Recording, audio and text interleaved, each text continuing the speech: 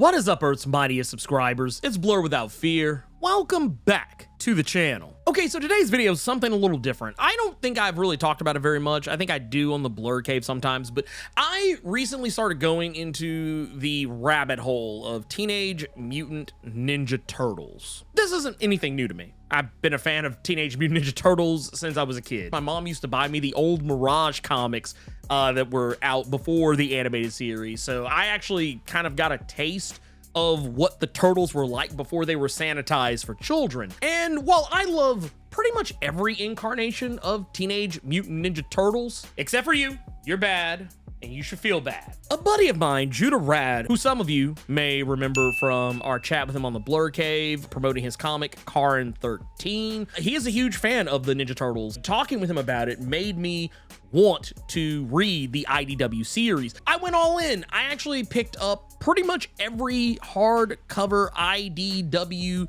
collected title that I could get my hands on. I think I literally, as of this recording, I have all but one of the released 15 volumes of the hardcovers of the IDW TMNT collection, some of which you've probably even seen in my videos. A lot of people never notice that they're all right there. So that said, I thought, let's talk about it. Let's talk about the Teenage Mutant Ninja Turtles and why this new version of TMNT at IDW is different than anything you've ever seen before. So I know what you're thinking. You're sitting here asking yourself, Blur Without Fear, how in the hell are they gonna make this version of TMNT any different or whatever than the original? I love my precious animated series. There's nothing you can do to change my mind about it. That is the GOAT in my eyes. Or you come to me and you say, you know what? No, I like the old live action movies back when they had the guys in the suits. And when one of the turtles opens his mouth, you could literally see another person's mouth inside of it and their eyes and all this other stuff. That's the version. That's my Turtles. How is this going to stack up to that? Or better yet, you're probably one of those weirdos who likes Teenage Mutant Ninja Turtles: The Next Mutation. Smile, please.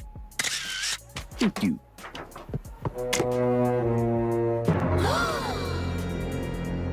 See yourself out. The main thing to keep note of as far as major differences between these series is that in the original Mirage comics, Splinter was a pet rat of a man by the name of Hamato Yoshi, a guy who was a member of the Foot Clan. Splinter being such a smart rat that he learned ninjutsu just by watching Hamato Yoshi train, and that he found himself without a master after Oroku Saki had killed Yoshi and his love, Tang Shin, with Splinter later meeting the baby turtles after the truck accident that caused the spill of the mutagen, which ultimately would create the TMNT as we know them today. Honestly, the live action movie from 1990 pretty much perfectly adapted that version of the story. And while that version of the story is not exactly the same in the animated series, because honestly they couldn't just have Shredder out here just straight up murking women and causing a vendetta between mutant rat and turtle and a man covered in Ginsu knives, no, that just wouldn't have played out particularly well. However, the IDW version of this goes in a way that you're not gonna see coming. And I'm gonna go into right now, if you are a person who doesn't really want to know this particular part of it, this is actually a pretty big deal and actually really separates how the Turtles and Shredder and Splinter are connected. I will go ahead and say, if you don't want to know,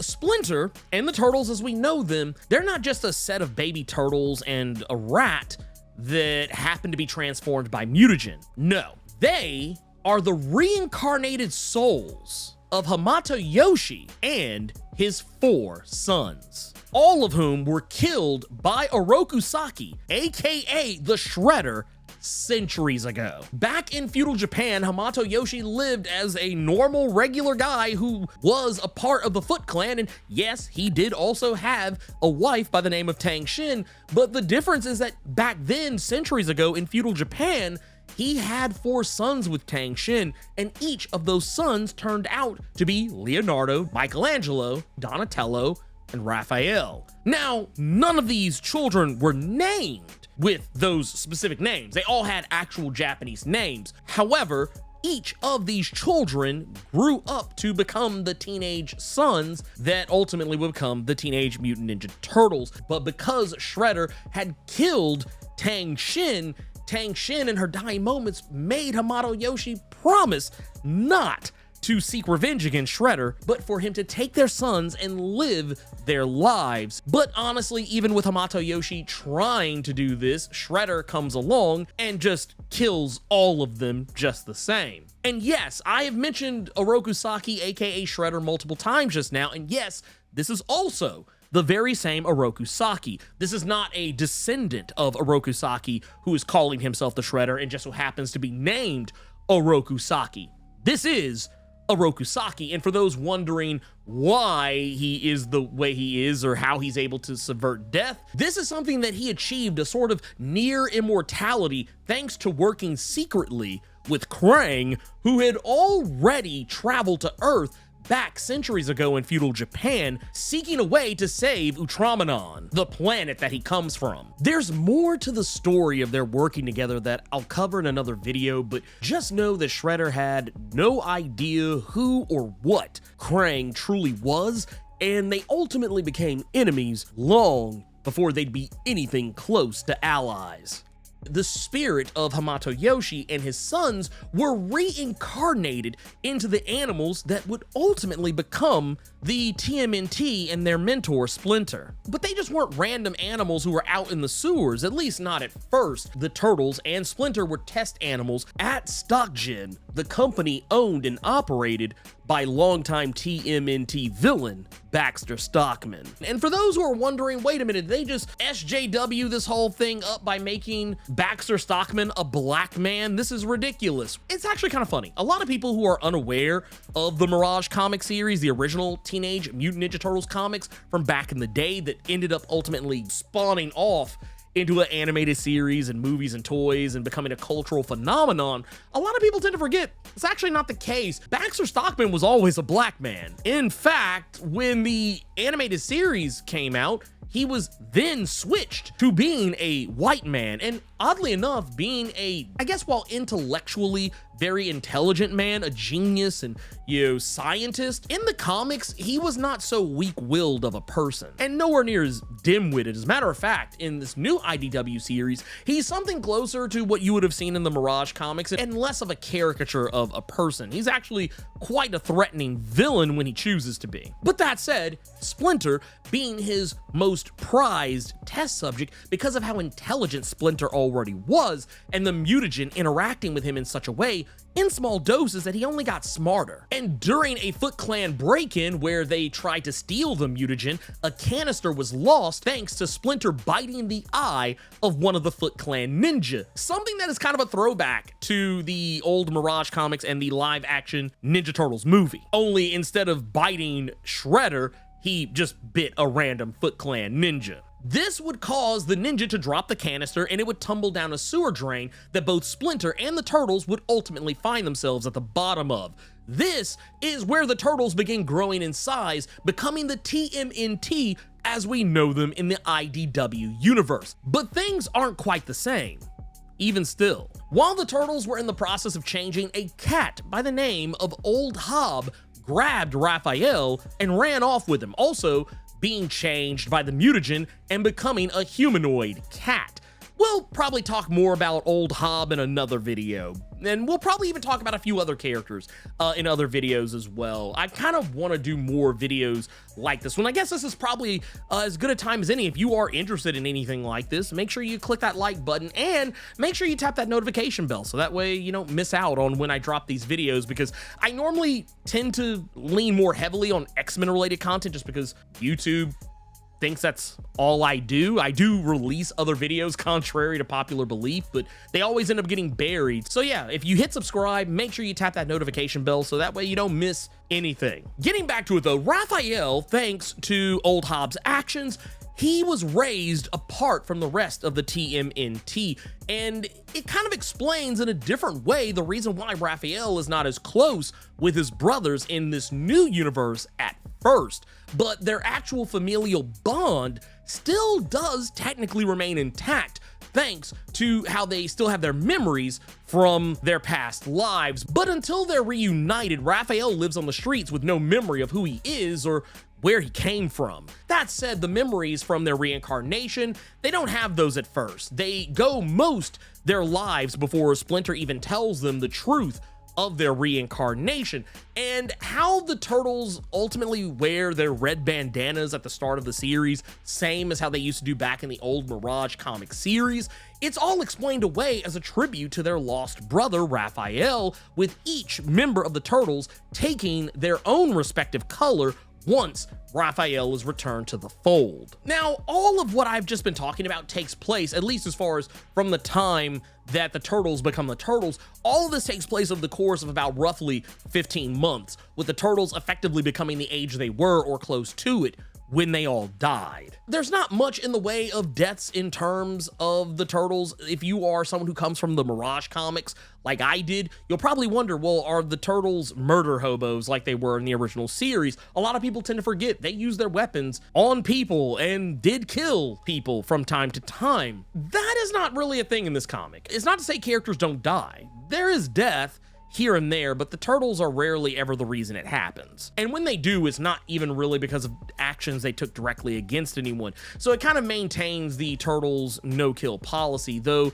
they do at various points debate whether they should kill Shredder. And I won't go any further than that. That's something that even by the time, I think where I'm at right now, I'm on book 5 of the 15 books that have been released so far, which is roughly around in the 40 to 50 issue range. So yeah, where I'm at, I think the last issue I read in that was Teenage Mutant Ninja Turtles number 40, and that's something they're still wrestling with even then. And at the time of the release of this video, I want to say they are about roughly 7 issues shy of hitting their 150th issue. So yeah, there's a long ways to go. If you're a person who didn't like the later live-action Ninja Turtles movies where characters like Leonardo and Raphael didn't really use their weapons on normal people, and to a lesser extent, technically Michelangelo and Donatello, they did use their weapons, but very sparingly. It was kind of like a whole mom's, parents' reaction to, the Turtles being violent, too violent for children to see or whatever. Don't worry about that. They use their weapons on people. It's just that they don't use them with the intent to kill. Take that how you will. The Turtles, I will also say, act more like teenagers in the series. So if you were a person who did not like the TMNT Mutant Mayhem movie because you felt that the Turtles didn't act the way that you felt they should act, I'm gonna tell you right now, while they don't act as young as the characters in Mutant Mayhem, they do act like teenagers. In my experience across various and sundry different Ninja Turtles properties, the Turtles usually act more like people in their early 20s, not teenagers. And then I've even seen some cases where they act more like they're in their 30s. You will probably have a tough time with this one if you're a person who can't relate to a teenager or someone who acts like a teenager, because that's exactly what they are. They are what they say on the tin. Like I could honestly make a case for the live action series of movies, the early ones where, yeah, I wouldn't call them teenagers. They were definitely mutants and they were definitely turtles. You could maybe make a case for them being ninjas.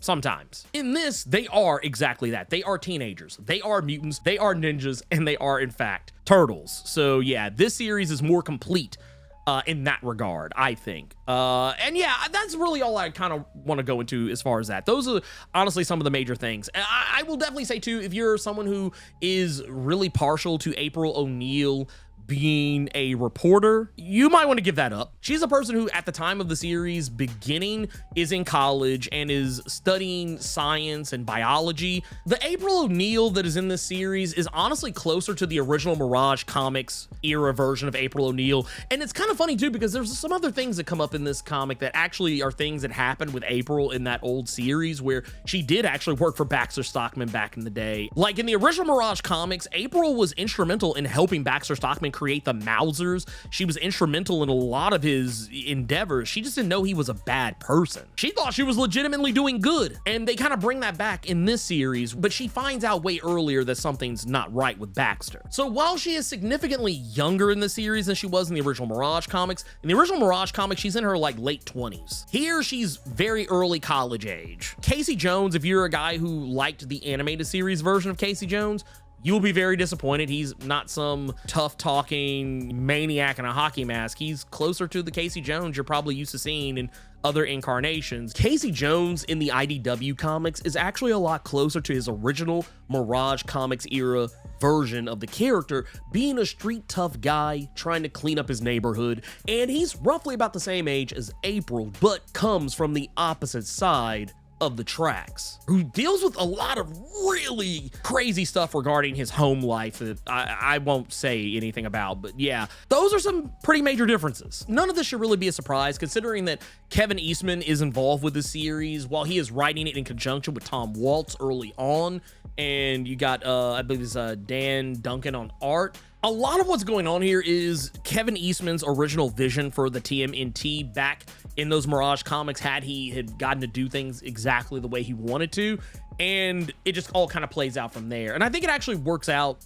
pretty damn well. All in all, I highly recommend the Teenage Mutant Ninja Turtle series under IDW. It is a fantastic series. It does a lot of really cool things. It has what I feel is the perfect blend of the original Mirage comics, the original animated series, and the original live action movies. And it even takes some things from later versions of the Turtles. Like if you're a fan of like the old, like, was it the early aughts animated series, or Rise of the Teenage Mutant Ninja Turtles, or heaven help you, the next mutation.